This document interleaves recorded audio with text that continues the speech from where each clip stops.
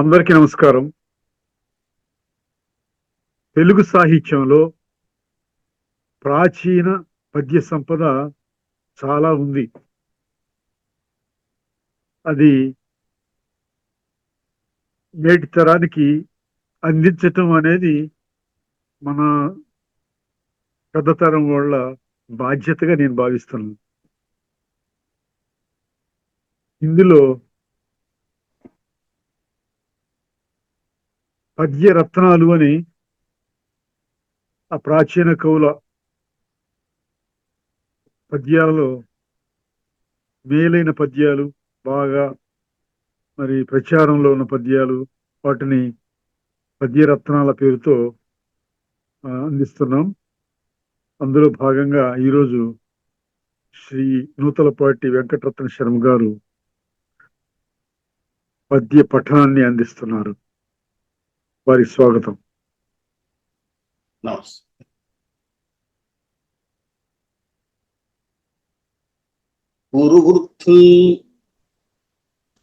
గురువృత్త బాంధవులనే కులుసుచుండన్ మదోద్ధరుడై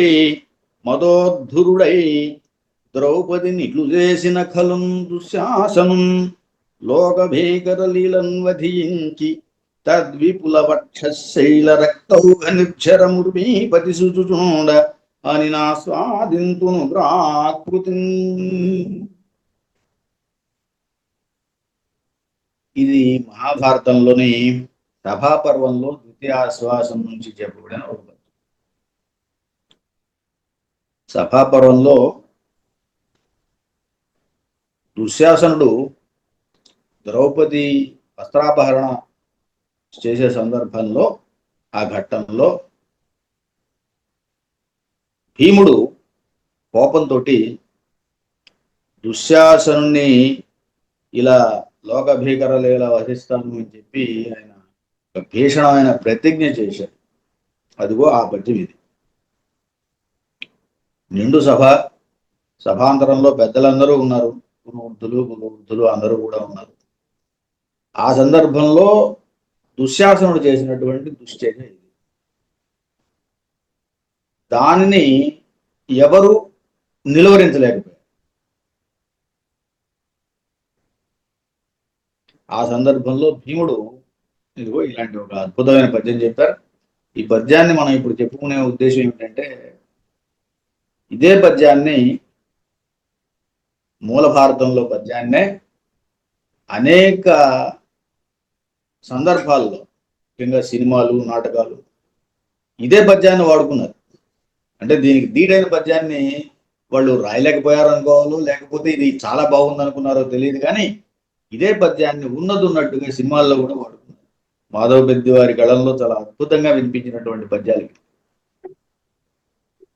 అందువల్ల ఈ పద్యం చాలా ప్రశస్తి పొందింది, చాలా ప్రసిద్ధమైంది, ప్రచారంలోనూ ఉంది. ఈ పద్యాన్ని ఒకసారి చూద్దాం.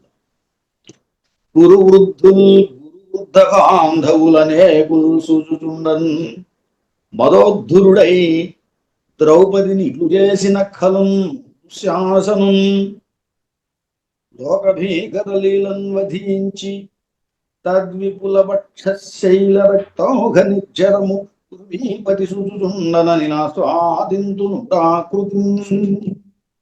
దీనికి ఎన్నుకున్నటువంటి ఛందస్సు కూడా మత్తేభం.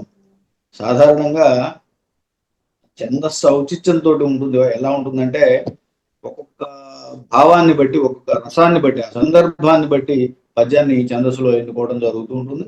అలాగే ఇది కఠిన సమాసభూయిష్టమైంది, కోపంతో, రౌద్రంతో ఉన్నటువంటి ఘట్టం కాబట్టి దీనికి మత్తేభాన్ని వాడుకున్నారు ఆయన. పద్యం కూడా కురువృద్ధ బాంధవులు. కురువృద్ధులు భీష్మాదులు ఆ సభలో ఉన్నారు. గురువృద్ధ బాంధవులు అంటే ద్రోణాదులు, ద్రోణుడు, కృపాచార్యుడు ఇలాంటి వాళ్ళు కూడా ఉన్నారు. అనేకులు సూచుచుండన్ మదోద్ధరుడై, ఇంతమంది చూస్తున్నప్పుడు కూడా సభలో, నిండు సభలో మదంతో ద్రౌపదిని ఇట్లు చేసిన ఖలం. ద్రౌపది వస్త్రాపహరణం చేస్తున్న సందర్భం అని చెప్పాను కదా, ఆ వస్త్రాలని అపహరిస్తున్న కొలుస్తున్నటువంటి సందర్భంలో అటువంటి కలున్ దుశ్శాసనుని గురించి చెప్తున్నాడు ఈ పద్యం. లోక భీకర లీలను వధించి తద్ విపుల వక్షశైల రక్తౌహ నిర్జరము ఉరీపతి చూచుచుండ అని ఆస్వాదింతున్నా అని అంటే ఇక్కడ యుద్ధంలో ఆస్వాదిస్తాను అన్నాడు. వాడి యొక్క వక్షస్థలం నుంచి దాన్ని పర్వతం లాంటి వక్షస్థలాన్ని చీల్చి చూడండి, విపుల విపుల వెడదైనటువంటి వక్షశైలం, వక్షస్ అనేటువంటి శైలం, అందు నుంచి రక్తౌహ నిర్జరం, అది చీలిస్తే వచ్చేటువంటి రక్తము, అది రక్తౌఘ నిర్జరం. చూడండి ఎలా ఉందో, ఒక జరిలాగా ప్రవాహం, జరి అంటే రక్తౌఘ నిర్జరము ఉర్వీపతి సూచుచుండ అని ఆస్వాదింతుంది. పైగా దాన్ని త్రోలుతానన్నాడు, తాగుతానంటున్నాడు. ఆస్వాదింతున్ ఉగ్రాకృతి, వాడి వక్షస్థలాన్ని చీల్చి ఆ వచ్చేటువంటి ఆ రక్తాన్ని తాగుతాను అంటున్నాడు. ఎక్కడయ్యా ఇదంతా అంటే అని ఆస్వాదింతున్నా అని అంటే యుద్ధంలో. దుశ్శాసనుడికి అలాంటి దుశ్శాసనుడి పైన అలాంటి భీకరమైనటువంటి ఒక ప్రతిజ్ఞ చేశాడు. దాన్ని ఆపలేడు, ఎందుకంటే అన్న యొక్క ఆజ్ఞకు బద్ధుడు. పైగా అక్కడ స్వతంత్రుడు కాలేకపోయారు. ఏం చేశాడు ఆయన? తనను తాను ఒడ్డుకుని సోదరులందరినీ జూదంలో పెట్టాడు. అందుచేత అక్కడ స్వతంత్రంగా మాట్లాడే అవకాశం లేకపోయింది. సరే, ఇది ఎలా ఉంది? వాటి దృష్టికోణంతో ఆలోచిస్తే ఇదేదో కొంత వింతగాను విచిత్రంగాను అనిపించవచ్చు. ఎందుకంటే ఆయన ఒడ్డుకోవడం ఏంటి, ఆ తర్వాత తమ్ముళ్ళను పడటం ఏంటి, ఇది ఈ పందెంలో జూదంలో పడటం అనేది అది హేతుబద్ధంగా అనిపించదు ఇవాళ. కానీ ఆనాటి సంప్రదాయం మరి దాదాపు 1000 ఏళ్ల పైన అయినటువంటి భారతం. అంతకుముందు ఎన్నేళ్ల క్రితం జరిగిందో, నన్నయ్య చెప్పిందే 1000 ఏళ్ల క్రితం, జరిగిందే 5000 సంవత్సరాల క్రితం. కాబట్టి అప్పుడు ఉన్నటువంటి నియమాలు ఎలా ఉన్నాయో అందుచేత ఆయన తనను ఒడ్డి తనకు సంబంధించిన అన్ని తన ఆస్తులుగానే భావించాడు. సోదరులను కానీ భార్యను కానీ అన్ని ఆస్తుల్లాగానే భావించాడు. అందువల్లే ఆయన సోదరులను తను ఓడిపోయి, దాని తర్వాత సోదరుల్ని ఒడ్డి, వాళ్ళని ఓడిపోయి, తర్వాత భార్యను ఓడిపోయి, ఈ రకంగా ఆయన చేయగలిగాడు.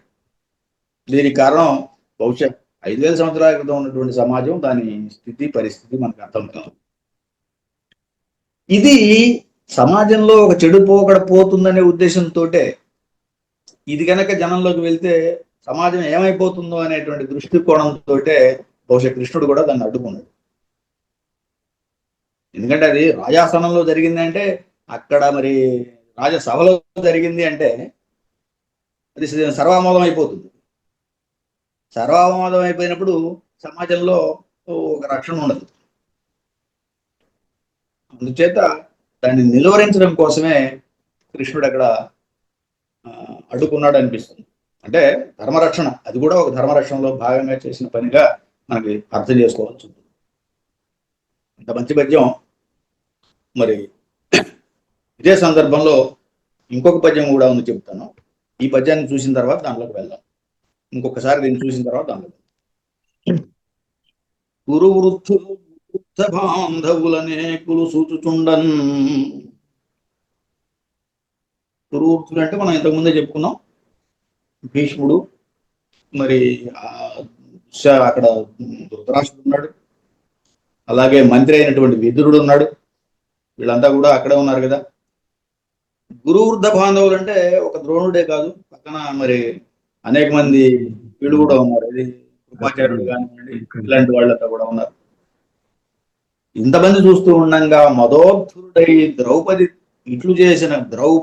ఇట్లు చేసిన కలున్ దుశ్శాసనం, అటువంటి దుర్మార్గుడైనటువంటి దుశ్శాసనుని లోకభీకర లీలను వధించి తత్ విపుల వక్షశైల రక్తౌఘ నిర్జరము, రక్త ప్రవాహం, విపుల వక్షస్సు చీల్చినందువల్ల కలిగేటువంటి ఆ రక్తం యొక్క ప్రవాహం, దానిని ఉరీపతి సూచుతున్నా అని ఆస్వాదింతుంది. ఇంకా రాజు చూస్తూ ఉండగా నేను ఆస్వాదింతును ఉగ్రాకృతి. ఇది భీముని యొక్క ప్రతిజ్ఞ. స్వస్తి.